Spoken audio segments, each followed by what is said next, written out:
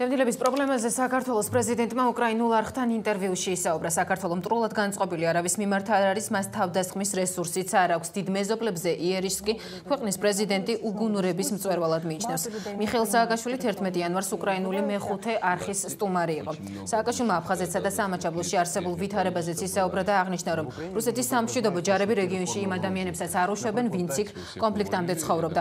აფხაზეთში კი ასეთი მოსახლეობის მხოლოდ 20% დარჩა, რომელიც იქ კონფლიქტამდე ცხოვრობდა, რაც 100,000 ადამიანზე ნაკლებია.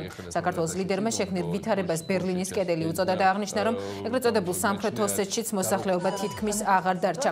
როდესაც სამხრეთ ოსეთში ჯარი შევიდა და თქვეს, რომ მიზანი ოსების გათავისუფლება იყო, მაშინ ოსური მოსახლეობის აბსოლუტური უმრავლესობა საქართველოს ხელისუფლების მიერ კონტროლირებად რეგიონებში გამოიქცა.